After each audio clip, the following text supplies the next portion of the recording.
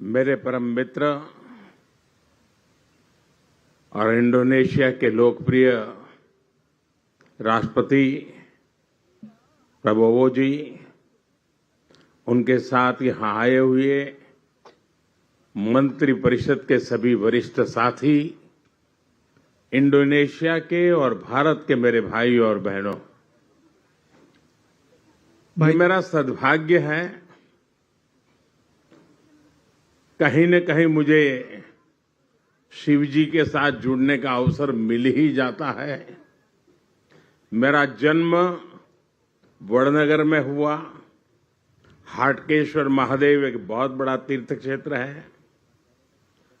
सोमनाथ द्वादश ज्योतिर्लिंग में सबसे पहला ज्योतिर्लिंग जो गुजरात की धरती पर है और जिसकी विकास में भी मेरी सीधी जिम्मेवारी है। और मेरा राजनीतिक कार्यक्षेत्र काशी विश्वनाथ महादेव, उसके आशीर्वाद मुझ पर हर निरंतर बने रहे हैं। चाहे केदार धाम का पुनर्निर्माण हो, चाहे उज्जैन महाकाल का पुनर्निर्माण हो, या आज यहां पर आकर के करीब करीब 1200 साल पुराना ब्रह्मा विष्णु महेश इन यादों को साथ जुड़ी हुई एक हमारी सांस्कृतिक विरासत का पुनरुद्धार और उसका रिनोवेशन का काम, उसका प्रारंभ करने का सौभाग्य भी मुझे मिला। मैं अपने आप में बहुत बड़ा भाग्यशाली मानता हूं। मेरे लिए बहुत सुखद अनुभव रहा। मेरी यात्रा का आज तीसरा दिवस है, लेकिन यहाँ के जीवन में, यहाँ की बातों में, यहाँ की हवा में एक संस्कृति की खुशबू है। वो खुशबू जो हम भारत की धरती पर पल पल अनुभव करते हैं। ये खुशबू हमारी सांस्कृतिक विरासत भी अपने आप में अपनत्व से जोड़ती है। 1200 साल मैं यहाँ के लोगों का हृदय से धन्यवाद करता हूँ कि उन्होंने इतनी बड़ी विरासत को जिस प्रकार से संभाला है, जिस प्रकार से संवारा है और श्रद्धा भाव से किया है। इसलिए मैं इंडोनेशिया के नागरिकों का भी और अब तक रहे हुए सभी शासकों का भी मैं हृदय से अभिनंदन करता हूं।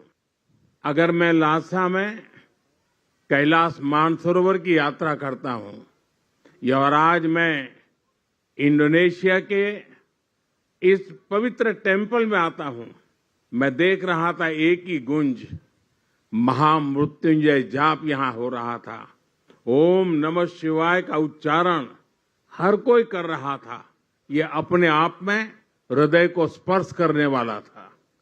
और मैं देख रहा हूं कि योग्यकार्ता के इस भव्य मंदिर कॉम्प्लेक्स में अब जब हम पुनर्निर्माण का काम करने जा रहे हैं और ये यूनेस्को का वर्ल्ड हेरिटेज है, मुझे पूरा विश्वास है आज के बाद भारत के यात्री तो यहां जरूर आएंगे।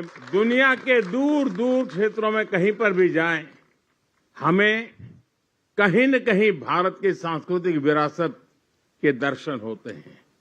ये पूरे साउथ ईस्ट एशिया का दूसरा सबसे बड़ा हमारी विरासत की पहचान है। इस मंदिर में भगवान शिव, मां दुर्गा और गणेश जी की प्रतिमाएं हैं। सदियों तक इस मंदिर में बहुत आस्था से पूजा होती रही है। आज मुझे भी इस मंदिर के दर्शन और बिल्कुल शास्त्रोक्त रूप से पूजन करने का सौभाग्य मिला है। ये मेरे जीवन के लिए बहुत ही चैतन्यपूर्ण क्षण मैं मान सकता हूं। मित्र प्रेसिडेंट प्रबोवो जी, उनके साथ यहां आने से ये आयोजन मेरे लिए विशेष हो गया है। ईश्वर से भारत इंडोनेशिया की मित्रता को मजबूत करने हम दोनों देशों के नागरिकों के कल्याण और दोनों देशों के तेज विकास के लिए परमात्मा से प्रार्थना की है, भक्ति भाव से पूजा की है। मुझे पूरा विश्वास है मेरे मित्र राष्ट्रपति जी जिस प्रकार से किसी काम को हाथ में लेते हैं तो एक फौजी के नाते बहुत वेल प्लान करते हैं और समय से पहले पक्का पूरा करेंगे। और आज उन्होंने मुझसे प्रॉमिस लिया है कि 29 के पहले इस काम को हम कर लेंगे और आपको दोबारा आना है। मैं आपको वादा करता हूं कि मैं इसके पुनर्निर्माण के बाद जरूर यहां आऊंगा और आपके साथ इस उत्सव को मनाऊंगा। राष्ट्रपति जी, मैं इंडोनेशिया में लैंड हुआ और अब थोड़ी देर के बाद विदाई दूंगा, लेकिन आपने जो समय निकाला, पूरा समय आप मेरे साथ रहे और हर कार्यक्रम में जिस प्रकार से आपने बारीकी से इसका प्लानिंग किया, एग्जीक्यूशन किया, एक मित्र के नाते इतने शानदार स्वागत के लिए, इतनी आत्मीयता के लिए मैं भारत के 140 करोड़ नागरिकों की तरफ से और व्यक्तिगत रूप से मेरी तरफ से मैं आपका बहुत बहुत आभार व्यक्त करता हूं। बहुत बहुत धन्यवाद।